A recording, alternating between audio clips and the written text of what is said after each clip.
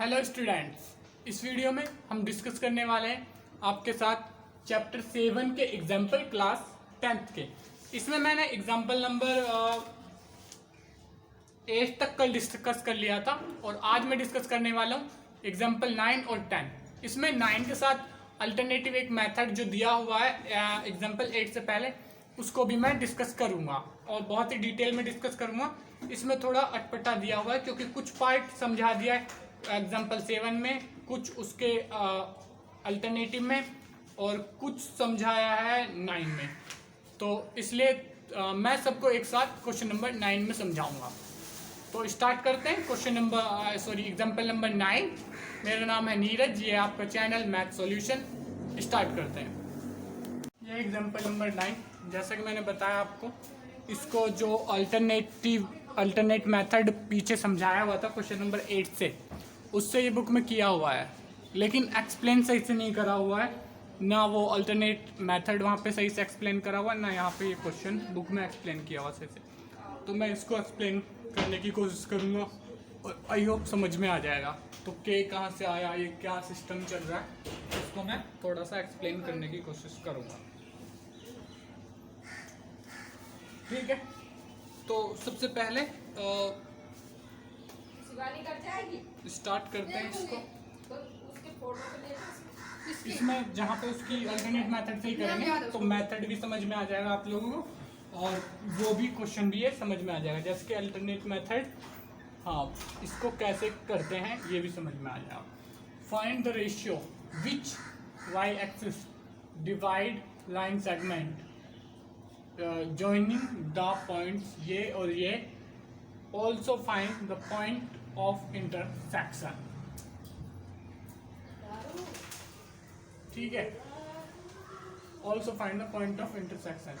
find the ratio मतलब m1 m2 find करना है, m1 m2 फाइंड करना है। find the ratio which y axis divide, ठीक है, m1 रेशियो m2 फाइंड करना है।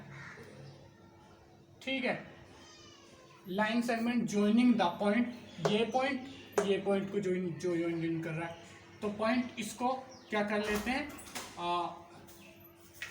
सबसे पहले लेट रेशियो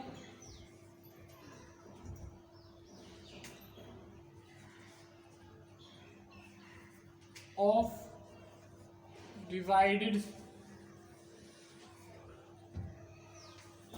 the y-axis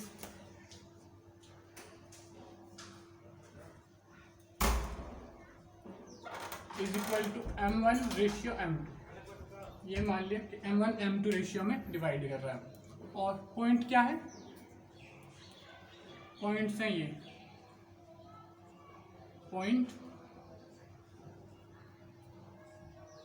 5 6 को a मान लिया और इसको -1 और 4 को b मान लिया।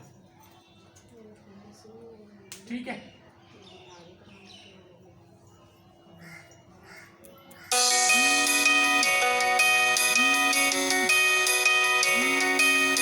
तो कहाँ पे था मैं, ये लेट रेशियो, ये सब समझ में आ गया। Let ratio is equal to m1 m2, m1 ratio m2, और पॉइंट ये हैं, इनको a और b एंड ये लेट कर लिया है, a और b लेट कर लिया है। ठीक है, अब देखो यहाँ पे, अब इधर क्या करना है हमें, ये यहाँ पे देखो, अगर इसमें अब ये है, उसके अलावा let m1 upon m2 is equal to k। इसके अलावा इस चीज को समझने के लिए एक चीज और कर देते हैं। ठीक है, देखो, उससे पहले अब m1, अब यहाँ पे देखो क्या है, ये जो है m1 और m2 को किस में डिवाइड कर रहे हैं, देखो यहाँ पे find the ratio of which X axis divide in the Y axis इसको डिवाइड कर रही है, ठीक है। तो इसका रेशियो फाइंड करना है। तो यहाँ पे देखो, अगर इसको इस तरीके से लिख रहे हैं m1 रेशियो m2, अब m2 को इधर ले आए, m2 को इधर ले आए तो m1 अपॉन मल्टीप्लाई में था, यहाँ पे डिवाइड में आ जाएगा, रेशियो यहाँ पे 1 रह जाएगा, और इस चीज को हमने क्या माना हुआ है k, ठीक है। अब यहाँ से ये कहानी स्टार्ट होगी, ये m1 रेशियो m2 को इधर ले आए इसके नीचे, तो यहाँ पे 1 रह गया, तो m1 रेशियो m2 ये इनका रेशियो, ठीक है। इस तरीके से नोट कर लिया होगा, आई होप, मिटा रहा हूँ इसको बस। 1 2 3 4 5 स्क्रीनशॉट ले लो जिसने नोट नहीं किया, 1 2 3, ठीक है। तो इस तरीके से यहाँ पे ये लेट कर लिया है, ठीक है। अब m1 m2 क्या है, अब देखो m1 अपॉन m2, एक मिनट, रेशियो 1 आ रहा था, और m1 m2 क्या है k, तो इससे क्या बन जाएगा ये k रेशियो 1, ये तो m1 m2 का जो रेशियो है वो k रेशियो 1 बन जाएगा इस तरीके से। तो अब इसको हम सोल्व करेंगे, ठीक है। अब इसको सोल्व करेंगे, अब यहाँ पे ये जो है ये पूरा k है, जैसे कि अब पीछे थोड़ा सा जाओगे तो एक क्वेश्चन में हमने क्या करा था, कुछ एग्जाम्पल नंबर 7 में, उसमें क्या करा था, वहां से जिस तरीके से स्टार्टिंग हुई है उस पे y से हमने वेरीफाई किया था। यहाँ पे देखोगे you should verify the ratio satisfy y coordinate, तो वहां पे हमने क्या किया था, एक इक्वेशन बनाई थी, देखो एक इक्वेशन बनाई थी कि ये जो है अब इससे बनाएंगे वो, एक मिनट, इससे बनाते हैं वो इक्वेशन, ठीक है। तो इक्वेशन क्या थी, x के कोऑर्डिनेट y से फाइंड करने हैं, तो x के कोऑर्डिनेट लिख लो, m1 m2 उससे कर लेते हैं, तो x के कोऑर्डिनेट आए,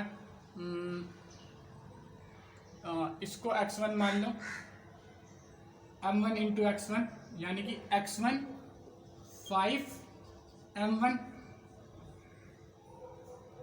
प्लस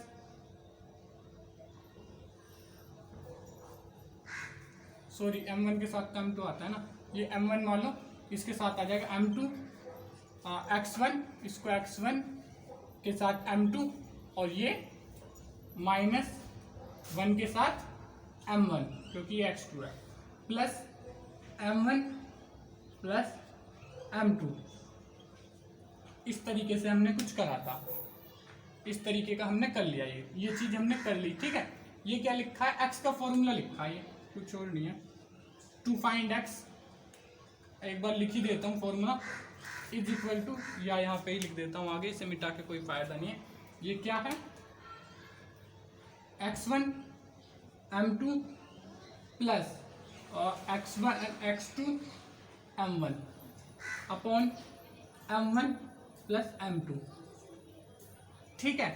अब ये जो है इसको क्या करना है, हमें m2 से डिवाइड कर देना है, इसको m2 से हमें डिवाइड कर देना है, इसको लिख लो डिवाइडेड बाई m2, यहाँ पे लिख लो डिवाइडेड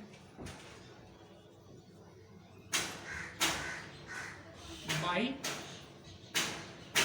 m2, ठीक है, इस तरीके से, ठीक है। अब इसको अगर m2 से डिवाइड करेंगे, ठीक है, m2 से अगर इसको डिवाइड करेंगे तो यहाँ पे देखो,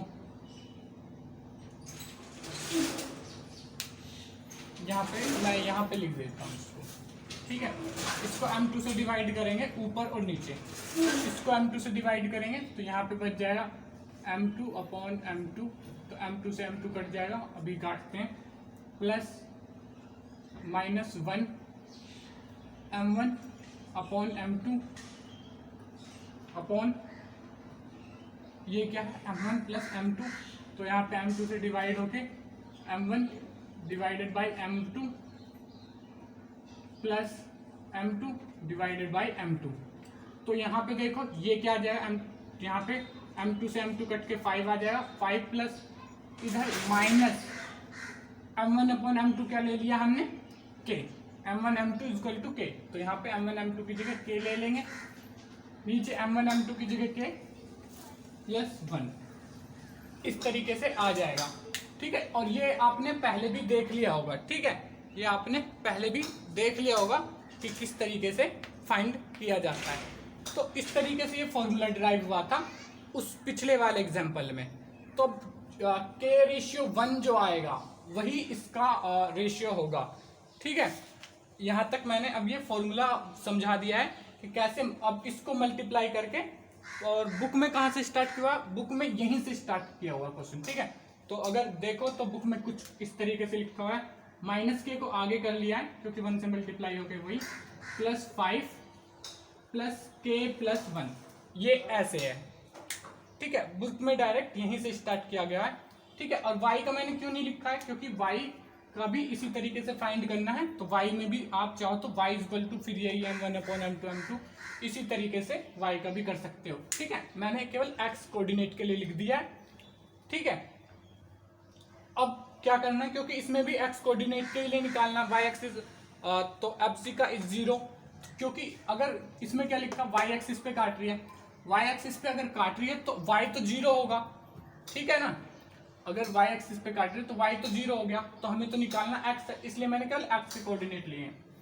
तो अब इस धर का थोड़ा सा इरेज कर देता हूँ, जिसको स्क्रीनशॉट लेना हो स्क्रीनशॉट ले लो।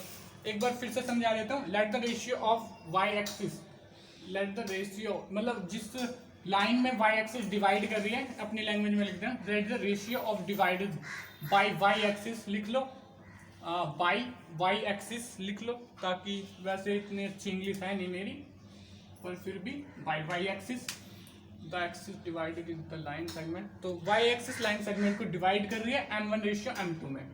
तो पॉइंट जो है इनको a लेट किया, b लेट किया, तो इनका रेशियो अगर m2 m1 माना तो सबसे पहले उसको k लेट कर लो, या ये k बाद में भी कर सकते हो।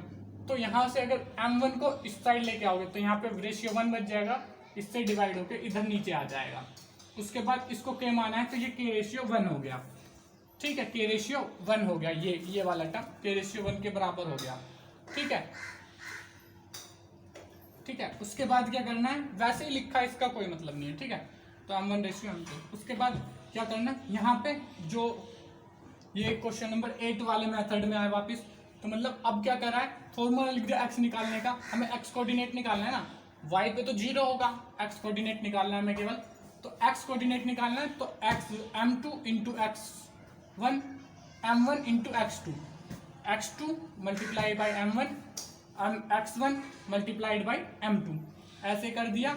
ये पूरी वही जो फॉर्मूला है वो एज इट इज, बस x1 की वैल्यू रखी हुई है इधर और x2 की वैल्यू लिखी हुई है m1 प्लस m2। इसको पूरे को m2 से डिवाइड करना है, m2 से डिवाइड करेंगे तो यहाँ पे से देखो, इससे m2 डिवाइड होगा तो m2 कट के 1 आ जाएगा, और 5 को 1 से मल्टीप्लाई करेंगे 5, m1 से m2 डिवाइड होगा, ये k के बराबर हो जाएगा, -1 इंटू के इक्वल टू माइनस का k, यहाँ पे कर दिया, ये ऐसे ही लिखा हुआ है। तो m1 अपॉन m2 क्या हो जाएगा, फिर से k हो जाएगा, और m1 divided by m2 divided by m2 equal to 1। तो ये पूरा बन के इस तरीके से आ गया है। अब इसको सोल्व करके इक्वल टू x लिख के हम देखेंगे क्या रेशियो रहता है। ठीक है, और इसके आगे का तो आप बुक से भी समझ सकते हो, बुक में समझाया हुआ है, पर ये ना आधी बात उधर दी हुई है, आधी बात उधर दी हुई है, इस वजह से बच्चे कंफ्यूज हो जाते हैं इस चीज में। तो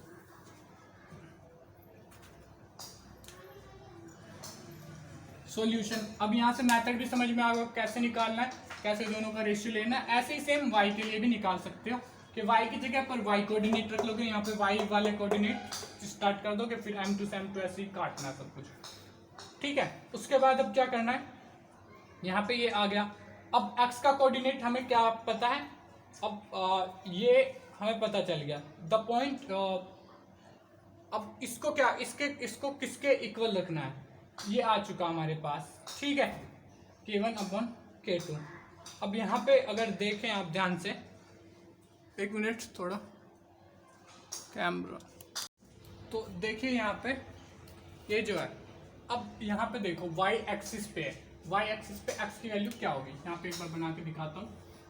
तो ये वाई एक्सिस है, तो यहाँ पे किस वाई एक्सिस पे कहीं पे भी एक्स की वैल्यू क्या होती है 0, और ये हमने क्या फाइंड किया एक्स की वैल्यू, तो इसको 0 रख लेंगे, नेगेटिव के प्लस 5 अपॉन के प्लस 1, क्योंकि y की वैल्यू निकालनी है हमें पॉइंट ऑफ इंटरसेक्शन पे।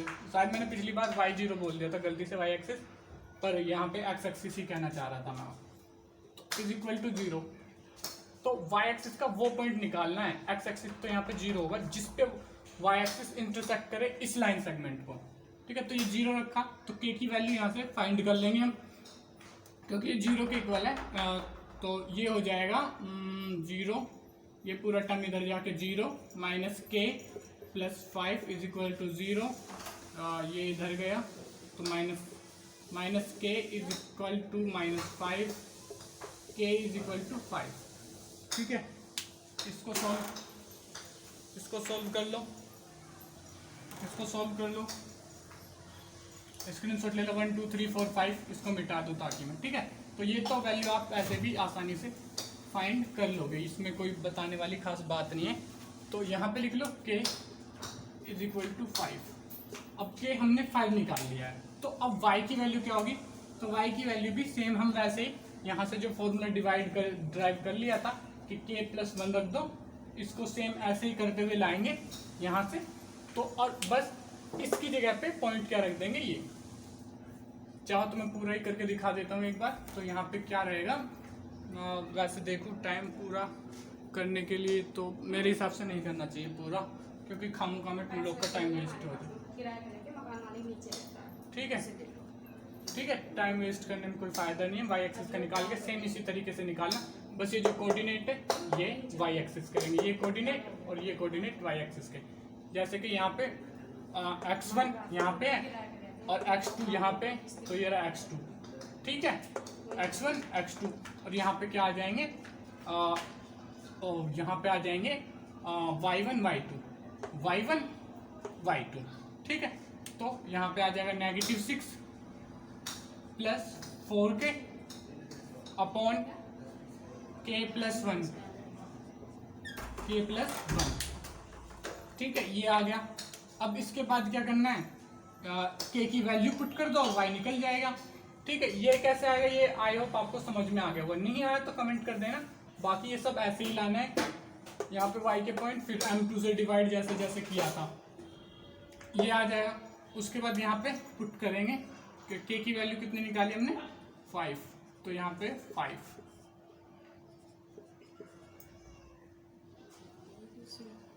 -6 प्लस 20 डिवाइडेड बाई 6 माइनस,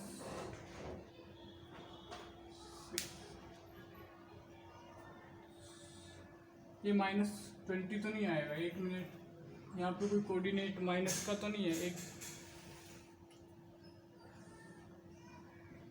ये शायद 4 माइनस का तो नहीं है, एक मिनट देखो बुक में, अरे ये 4 माइनस का है, गलती से मैंने प्लस का कर रखा है, एक मिनट इसको माइनस का कर देता हूँ, ठीक है। ऐसी छोटी मोटी मिस्टेक क्वेश्चन लिखते वक्त हो जाती है।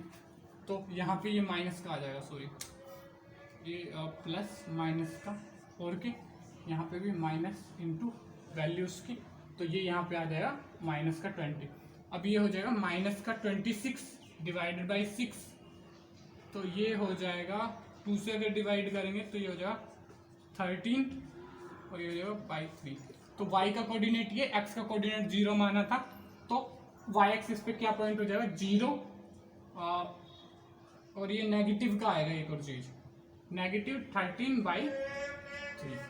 ये उस पॉइंट के कोऑर्डिनेट हो जाएंगे जो y एक्सिस पे डिवाइड करेगा इस लाइन सेगमेंट को, ठीक है, इस लाइन सेगमेंट। अब एक लास्ट में स्टेटमेंट लिख देता हूँ इसे इरेज करके, अगर जिसने नोट ना किया नोट कर लो 1 2 3 4 5।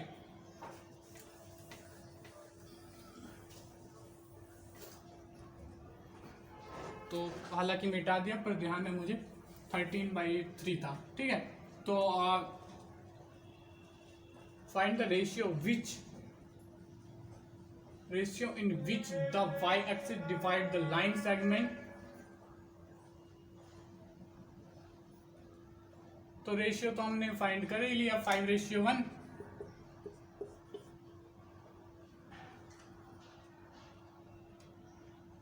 Find the ratio of line segment the joining points are the what.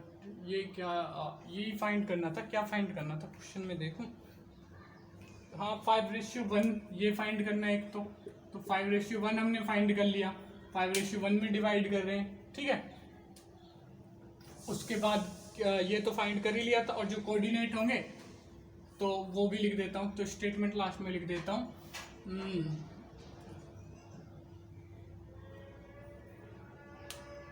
Point A यानी कि ये 5 -6 and B -1 -4 is divided by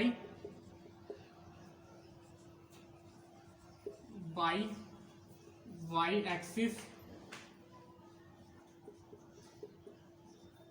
in 5:1 on and point coordinate is 0 -13/3। ठीक है, ये उस पॉइंट की कोऑर्डिनेट है जहाँ पे ये काटेगी और 5:1 में डिवाइड करेगी। तो ये तो हो गया। अब नेक्स्ट देख लेते हैं, नेक्स्ट क्वेश्चन जो कि है एग्जाम्पल 3। नोट कर लो जिसने नहीं किया, 1 2 3 4 5। ये एग्जाम्पल 10, इसको डिस्कस कर लेते हैं। इफ पॉइंट्स A 6 -1 B 8 2 ये 9 4 देख लूँ एक बार सही भी है, D P 3 are the vertices of parallelogram taken in order, find the value of P। तो इसमें P की वैल्यू कैसे फाइंड करेंगे, ठीक है। तो सबसे पहले एक बार मैं समझा देता हूँ। ये एक पैरेललोग्राम है, ये क्या है, A B C D, इसके वर्टिक्स है। वैल्यू दी हुई है, A की दी हुई है कुछ, ये B की दी हुई है। इन्हें बार बार लिखने का कोई फ़ायदा नहीं है। तो अब जो चीज़ हमें देखनी है वो चीज़ क्या करनी है, D पे जो है P3 है, इसकी वैल्यू फाइंड करनी है। अब इसकी वैल्यू कैसे फाइंड करें, तो अब देखो इसका जो है, इसका कुछ मिड पॉइंट होगा और वही इसका मिड पॉइंट होगा BD का, ठीक है। तो अब हम क्या करेंगे, इस लाइन का मिड पॉइंट, इस लाइन का मिड पॉइंट हमें निकालना हो तो हम कह सकते हैं ना कि ये 1:1 में डिवाइड करेगी, क्योंकि ये पैरेललोग्राम है, पैरेललोग्राम की लाइन बाइसेक्ट करती हैं एक दूसरे को, तो ये 1:1 में डिवाइड करेंगे। इसका मिड पॉइंट निकालने के लिए थ्योरम हमारे पास ऑलरेडी है। क्या हो जाएगा, M1:M2 यानी कि 1:1। तो M2 की जगह ये लिख लो, M2 की जगह वो फॉर्मूला लगा के हम इसका मिड पॉइंट निकाल लेंगे, ठीक है। अब जब वही इसका मिड पॉइंट होना चाहिए, मतलब वो इक्वल होना चाहिए किसके, इसके भी मिड पॉइंट के, BD के मिड पॉइंट के। तो BD का उसको इक्वल में रख के इसका मिड पॉइंट क्या होगा, फॉर्मूला पता है, फिर वहां से P की वैल्यू फाइंड कर लेंगे। तो अब देखते हैं इसको।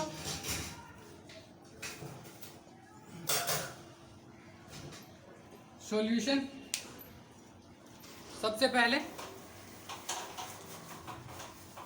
we know that diagonal जो AC और BD है, diagonal of a parallelogram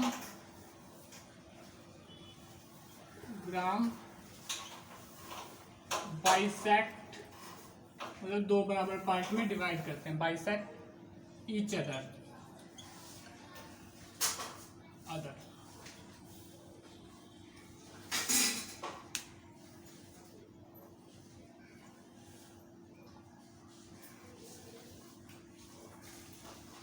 ठीक है, तो एक पॉइंट ऐसा होगा जो इनको दोनों को बराबर रेशियो में डिवाइड कर रहा होगा, ठीक है। तो वो पॉइंट इसका भी वहीं पे होगा। तो अब दोनों का मिड पॉइंट एक ही होगा, तो मतलब इक्वल होगा। तो इक्वल होगा तो हम क्या लिख सकते हैं, क्या लिख सकते हैं हम इसमें, देखो तो इसका एक्स पॉइंट, सबसे पहले इसका मिड पॉइंट, इस मिड पॉइंट का इससे एक्स और वाई निकाल लो, उसको लिख दो। तो AC का मिड पॉइंट, ठीक है, each other, each bisect each other, ठीक है।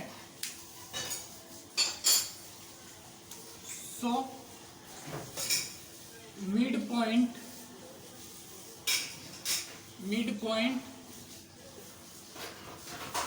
Of AC is equal to mid point,